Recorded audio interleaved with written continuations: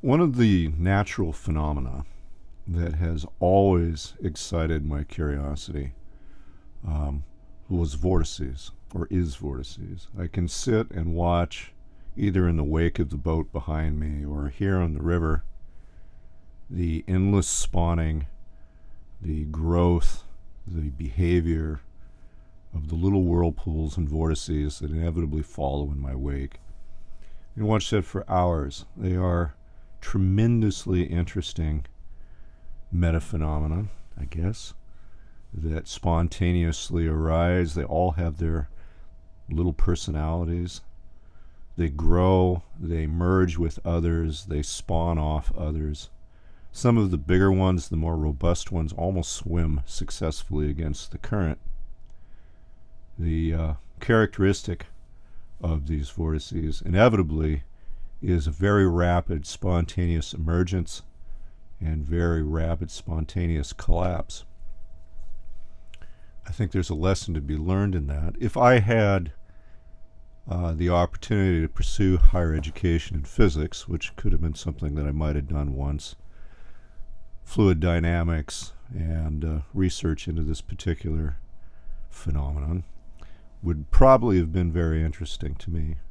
I certainly find it a big part of my life all the time due to the environment and habitat which I live in, whether or not I'm looking at the medium below the boat, that aquatic environment, or I'm looking at what's going on as the air moves over my sails. It's a fascinating, magical thing, and I think there are lessons that can be drawn from these little bits of coherence that spontaneously emerge and kind of have their short-lived lives. I think there's a lot we can learn from observing that behavior. So it was about a month ago where that little bit of spontaneous coherence that I knew as my mom had a massive cerebral hemorrhage and died in about a half an hour in my dad's arms after they'd had a little bit of ice cream and walked into the house after spending the day gardening. She was not that old of a woman and was in otherwise good health. The situation was wholly unexpected for anybody involved. She didn't suffer. The hemorrhage that she suffered was catastrophic, and she went from being a vital human being to something that had dissipated into the background, like I say, in about 45 minutes. And her body lived for almost a week after that. But it was clear that that was still just a part of moving into the background noise. The loss of a parent is a big thing. Certainly I come from a background of a professional understanding of death. Fortunately, in my own life, while I've certainly had my own tragedies, I've been relatively fortunate, I guess, in not having too much of that too close to me. But it's a big thing. I mean, it is your mom.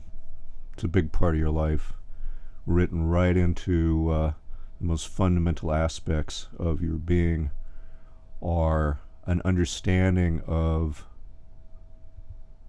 your relationship to that. It's perhaps one of the most fundamental and primal that any human being will ever have, for good or ill. But that's finally completely over with now. And it's given me a lot to reflect on. And certainly, and no doubt, the situation for my dad, who obviously had basically his entire life wrapped around this person for 54 years,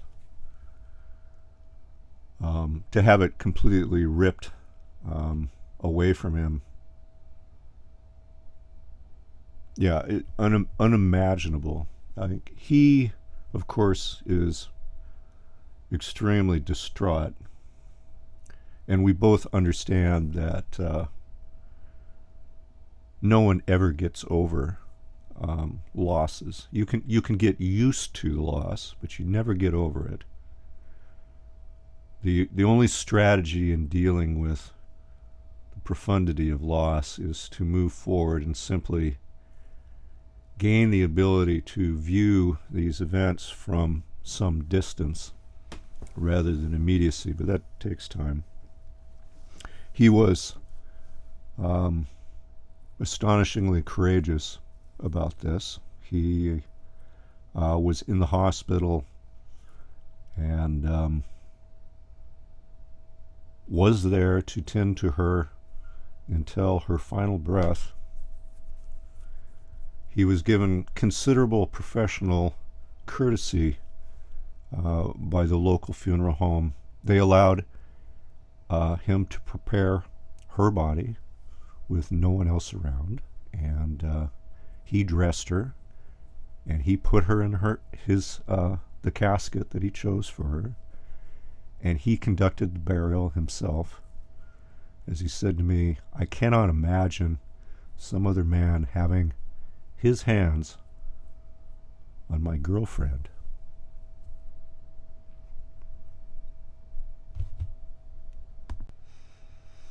But after all, life is for the living, and we honor the dead best, in my view, by understanding the legacy and the message that's inherent in their choices and how they lived their lives. Sometimes those lessons can be uncomfortable. Well, certainly my relationship with my mom was loving. It was often strained. We were very different in our temperaments. She was a woman who was not particularly interested nor vivacious in perhaps sampling all that life had to offer. She was content with a much smaller world than mine, and while she loved her son, was often terrified, anxious, fearful of his proclivity to really grab it all with both hands. And certainly as a young man, the fear that she felt, lovingly enough, for the welfare of her son, while difficult for me, was driven, of course, by care, perhaps misdirected care, perhaps not particularly empathetic care, but it was care, and I do understand that. I am really aware of at this moment of how much of my life has been influenced by the nature of that relationship, being that I'm very, very aware of the compromises that I've made in my life to honor the relationship with her reciprocally, out of respect, knowing that, for example, if I had just got on the boat and sailed off to the Philippines, which probably would have been my inclination, or some such, it would have been very difficult for her. And I have tempered my behavior throughout my life, definitely, and made choices to some degree protect her from the discomfort that she would feel had I made, like I say, certain choices. But that's all gone. It's all in a puff of smoke gone now. And it becomes really clear to contemplate that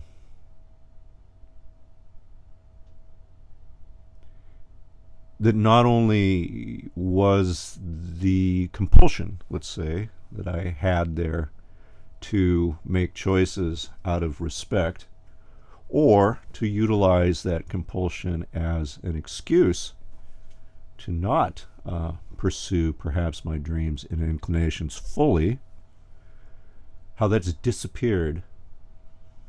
And in fact, probably was an error all along, but it's not an error that I can ignore anymore. And without a doubt, the choices that I will make for the remainder of my life will in some ways be different.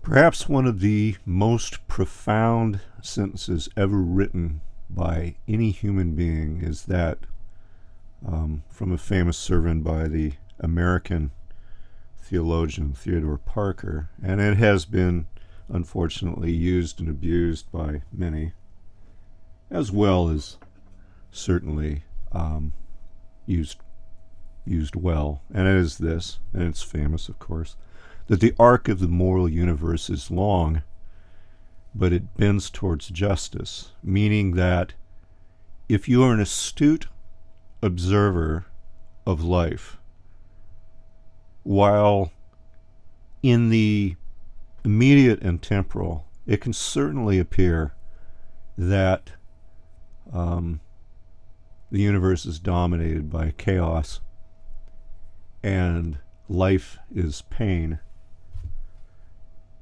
But if one takes the long view,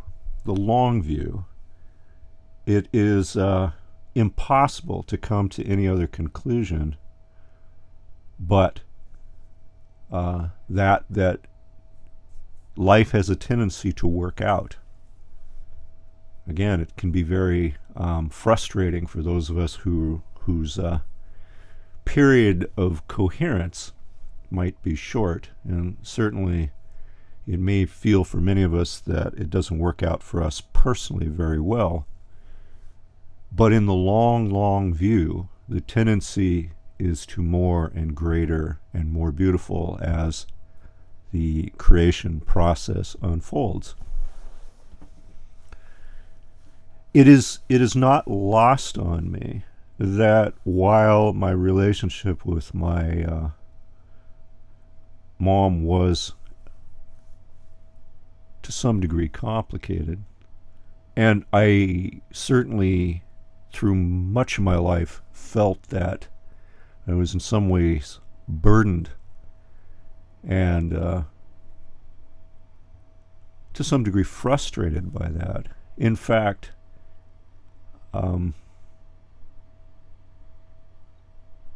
as it worked out, I stand today looking at all of that in retrospect, having learned lessons that I couldn't have learned any other way, and being,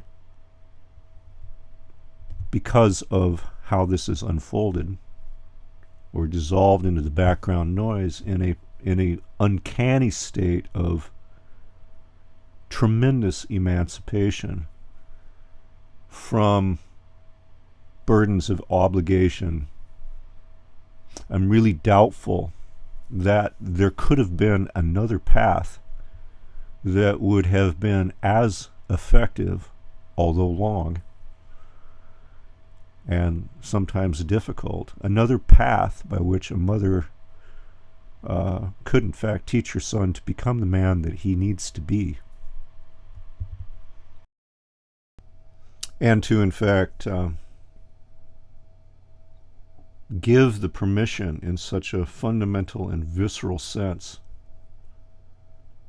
to embrace